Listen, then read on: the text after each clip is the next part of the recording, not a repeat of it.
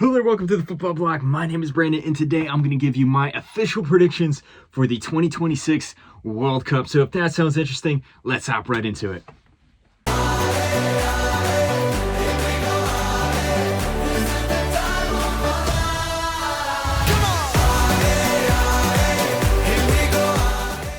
World Cup season is officially here, and when I say here, literally right here in the United States.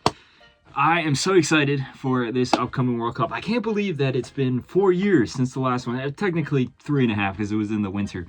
But still, the 2026 World Cup is coming up very, very soon. I'm going to give you my official predictions. If you've been a fan of the channel, if you've been around for any one of these international tournaments, including the 2022 World Cup, you know that I go through with an intricate prediction video where I give my prediction for the champions, the runners-up, third place, as well as the fourth place, a surprise team, a flop team, who I think is going to be the top scorer, the best goalkeeper, and of course, the best overall player of the tournament. So, without further ado, let's hop right into it. And the first prediction that we're going to start off with is the big one. It's the one that everyone's anticipating, and that is the champions. And for the 2026 World Cup, I'm going to say that France is going to come out as champions in this tournament here. And it pains me to say that as a dedicated France hater. Like I said, if you've ever watched any of my international tournament videos before, you know that I'm not particularly the best fan or the biggest fan of France and the French team and all their players. But this shows at the very least that I am being completely unbiased here, because I truly do think that France is the best team in the world. I think that they have just all the right things happening for them right now, the best momentum, which is going to lead them to become the champions of the world in 2026. And the main reason why the biggest advantage they have is their attacking lineup. I mean, if you just look at the attack, just the names fly off the paper, whether it's someone like Ousmane Dembele, who is the reigning Ballon d'Or holder, someone like Ryan Cherokee, someone like Michael Olise, Desiree Doué. The names just fly right off the paper. Like I said, it's such a star-studded attacking lineup that you have there. And the rest of the team, while it's not as glittery as the attacking lineup, the midfield and the defense are still star-studded. They're still very good. If you were to point a weakness to this team, it perhaps would be their defense. In particular, if you look at like their center back pairing, those two guys right there in particular, someone like, say, Upamecano does have a mistake in him every once in a while. Mike Mignon, great goalkeeper, maybe not as reliable for France as Hugo Lloris, but still, we're splitting hairs here. Overall, it's still a very, very well-rounded and talented team. But what pushes them over the line, in my eyes, is how potent that attack is going to be. And in the past, we've seen at the 2018 World Cup, which they did win, at the 2022 World Cup, at the Euros, things like that, they've had very strong attacking lineups before, but it never really fully pieced together. Even when they won the World Cup in 2018, it was every game they kind of worked through each game. It was a very workmanlike performance, with also relying on individual players here and there. But in recent matches, looking a lot at the friendlies, for example, it looks like this attack, for whatever reason, is just really gelling together. The way that they flatten some of the teams that they've been playing recently is very scary. So I'm putting them as the champions. Also, from a tactical point of view, if you look at the trends now in international football, which are trickling down from club football, the style of play that seems to be the cutting edge is this very aggressive, high press, high line style of play. Teams like Barcelona, PSG, Bayern Munich all play this style. Now, not every team can play this style. It requires, first of all, potent attackers, because you're inevitably going to concede a lot of goals. So you need to outscore your opponents. But on the pitch, when it works, it is insane. It's almost unstoppable. It's also very, very fun to watch.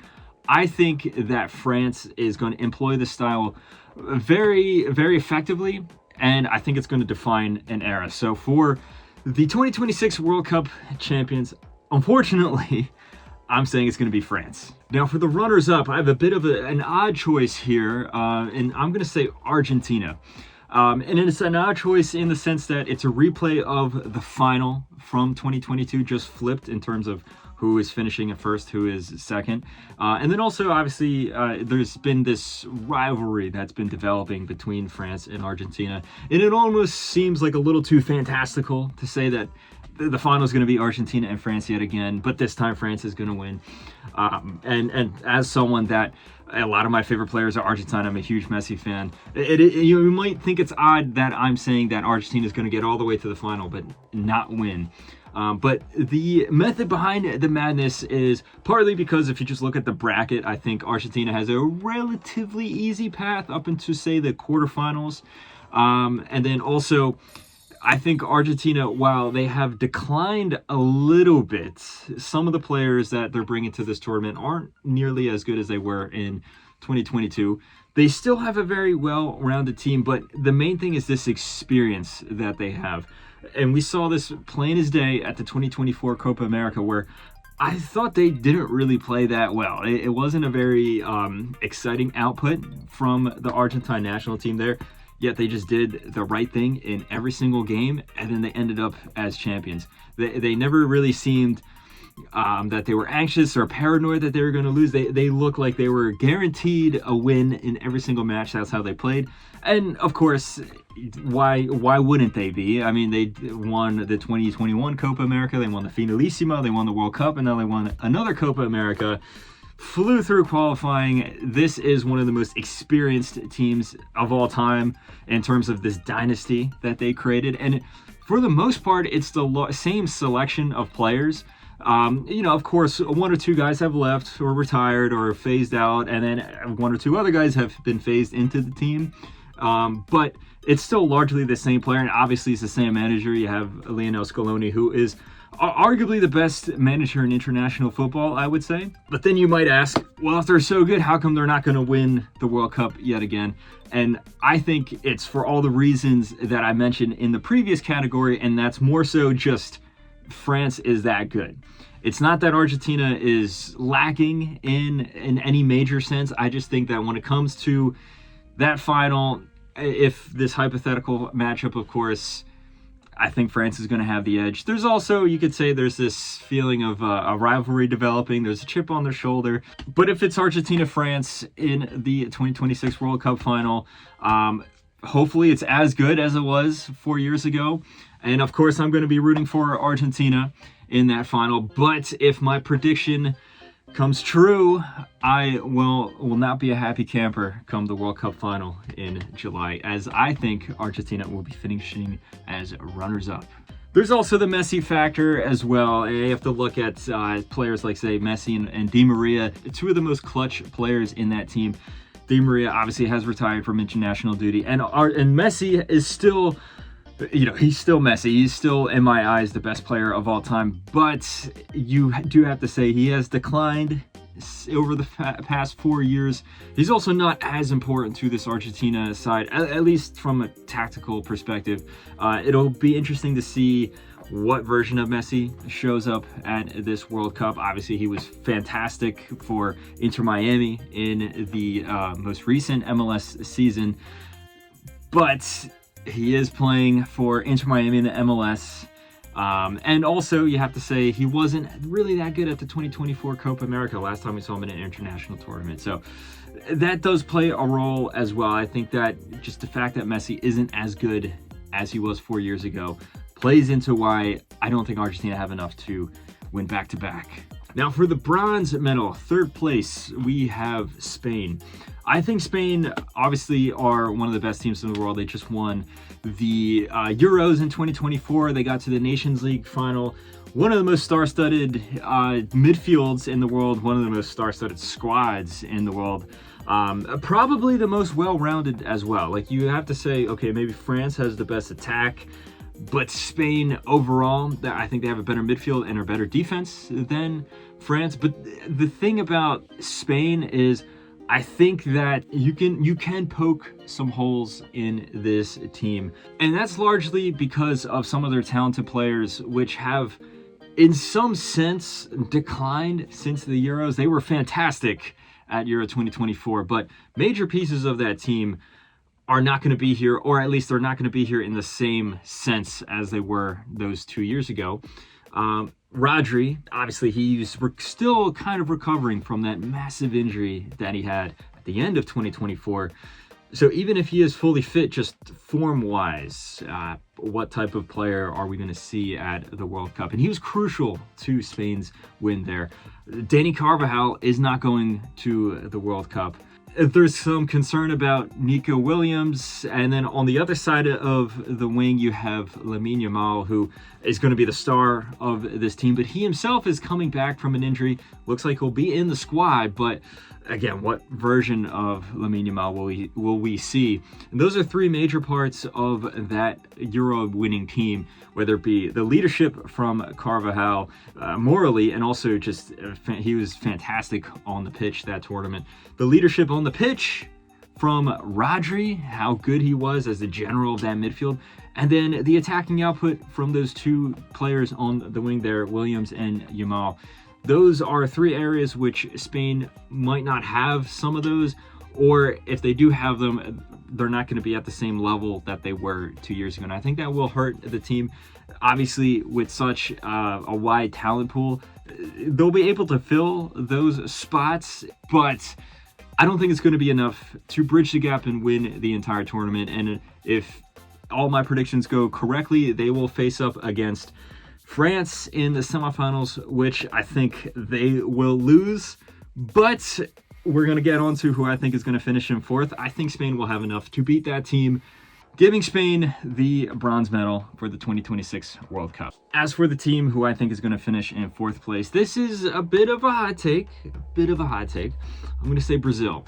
It's crazy, and any other year, if you say that Brazil's going to make the semifinals and Brazil's going to make fourth place, and that's somehow a hot take, it might actually still be a hot take, but in the sense that you're putting them not as outright champions. Brazil is Brazil, obviously 5 stars on the badge, the best team internationally, but the last few years have not been too kind to Brazil. They didn't do good at the last Copa America.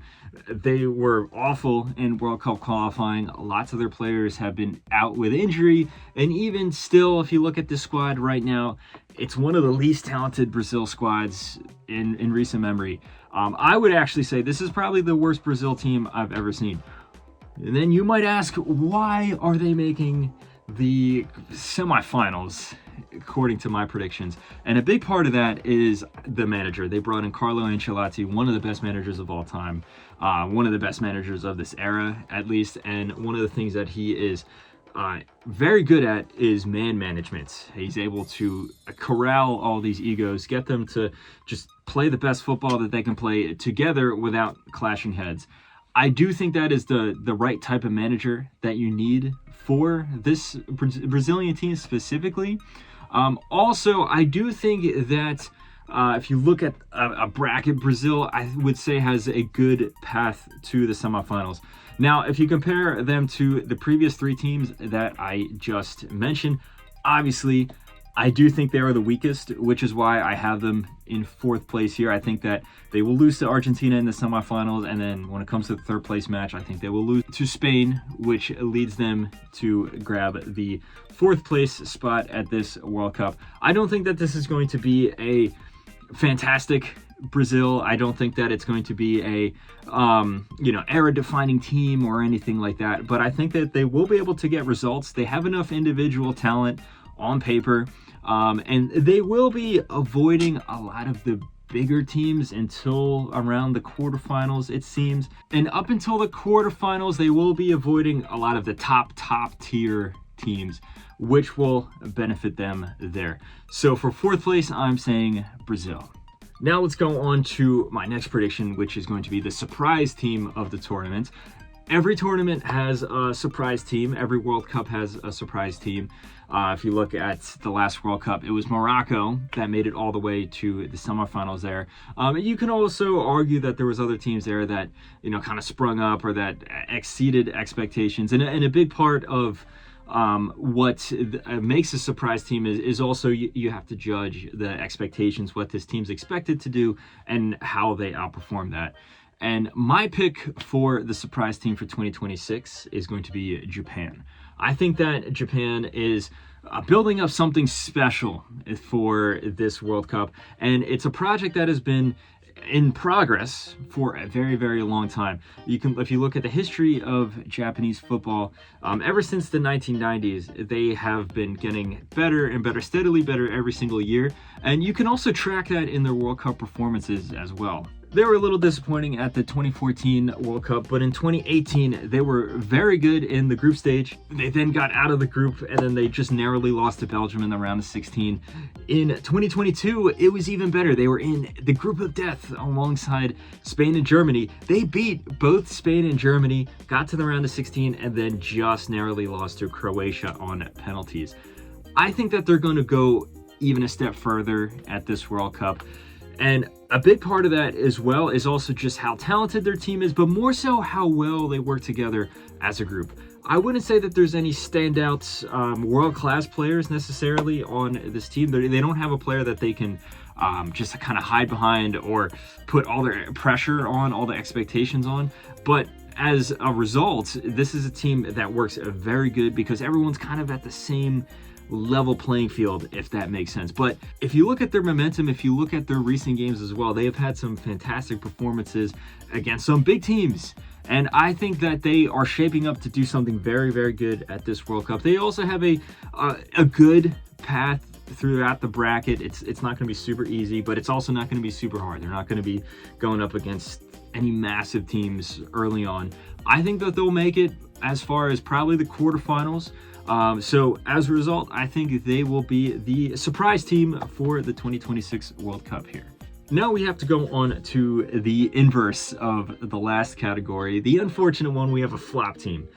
There's always a flop team every single World Cup. At the last World Cup, the flop team, or at least the major flop team in my opinion, was probably Germany, going out in the group stage very embarrassingly. This time around though, for 2026, I'm going to say it's actually a team that I mentioned before. I'm going to say it's Morocco. And again, a big part of what makes a flop team is not meeting expectations. In fact, falling far below expectations. So, of course, no one's saying that Morocco is going to win the World Cup, or at least no one serious is saying that Morocco is going to win the World Cup. But I don't think they're going to get anywhere close to that. And the heavy expectations that are being placed on them for how well they played at the last World Cup, and then also, AFCON as well, I think they're going to fall very short of those expectations, and they're going to be the flop team for this World Cup here in 2026. If you look at their most recent international tournament, you have the AFCON 2025, where they hosted it and technically won it. I mean, they lost the final, but they were awarded the trophy, very controversially, of course. But this is not focused on that necessarily. This is more so talking about their performances on the pitch. Yes, they got to the final, but I thought in each game their performances was pretty poor. They would defend when they probably should attack. Their attack didn't create enough chances. They relied on individual players to drag them through games. They're overall just way too defensive, which worked at the World Cup. But for a team like Morocco, you have to command your games in the AFCON. You're supposed to be the best team in the continent.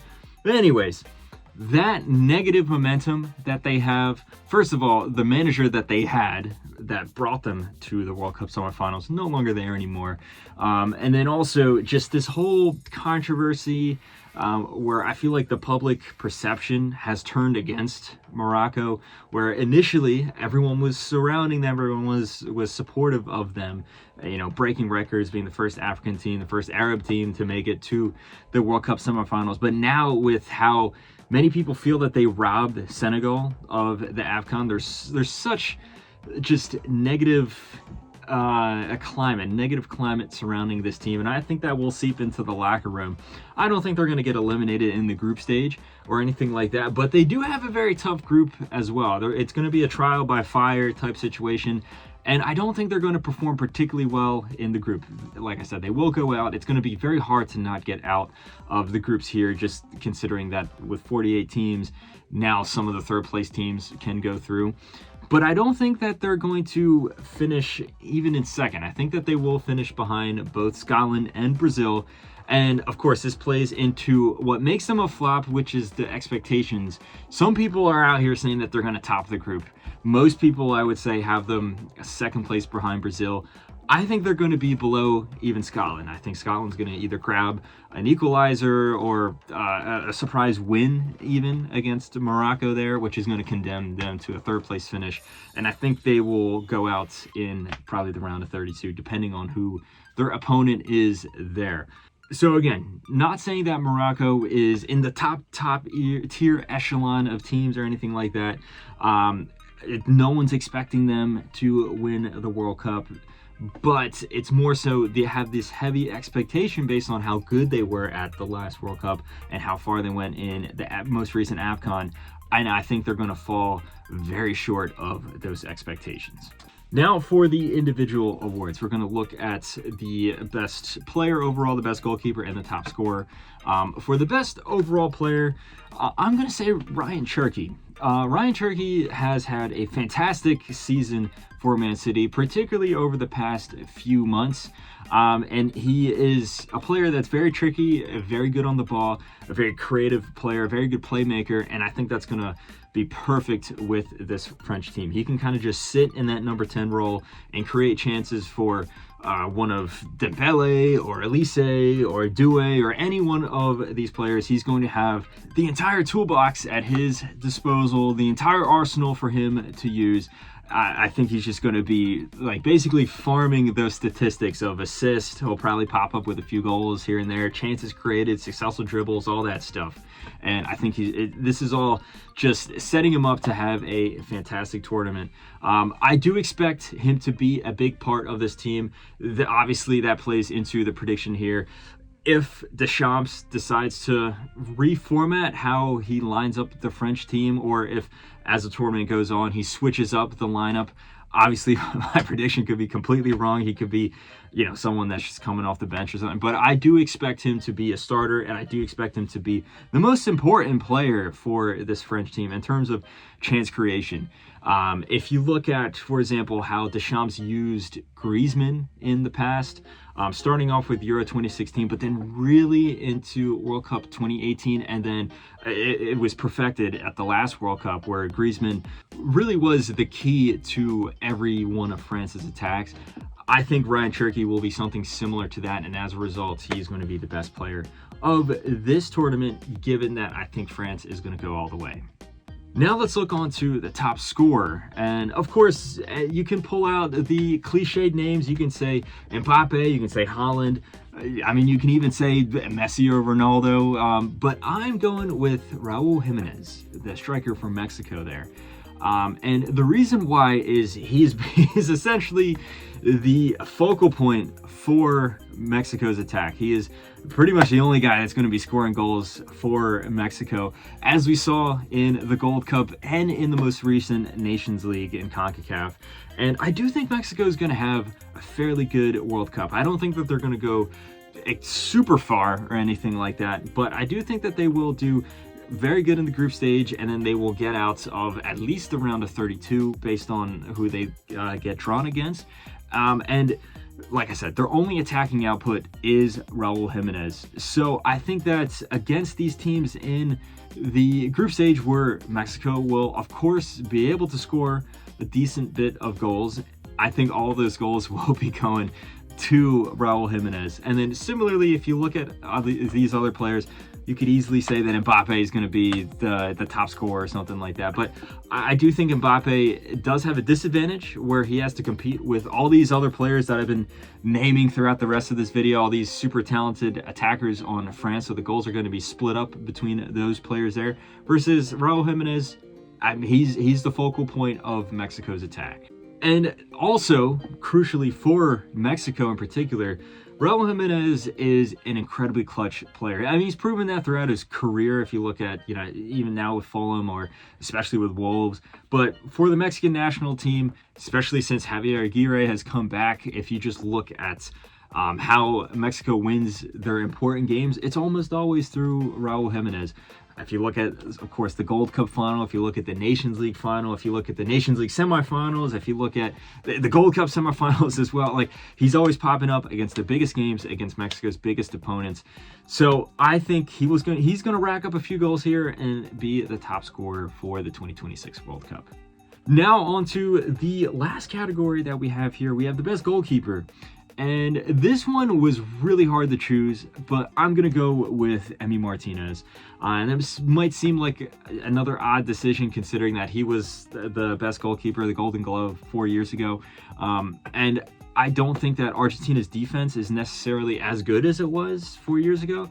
But that might actually lend itself to Emi Martinez being the best goalkeeper the more you think about it, because he's going to be forced into making a lot of really good saves, especially from the quarterfinals, semifinals, and into the final, because the opponents that Argentina is going to have to be facing, especially if you look at the bracket that I predicted that they're going to have, I do think Emi Martinez is going to be called into action on numerous occasions. And like I just mentioned before with Raul Jimenez and how important he is to the Mexican national team for just the clutch moments there, Emi Martinez is like that, but times 100. I mean, obviously, Argentina wouldn't be the reigning champions if it wasn't for Emi Martinez's clutch save against Kolo Muani in the World Cup final 4 years ago. So I do think that he is a player that he's a world-class player, but he takes his game to a whole nother level when he puts on the Argentina jersey.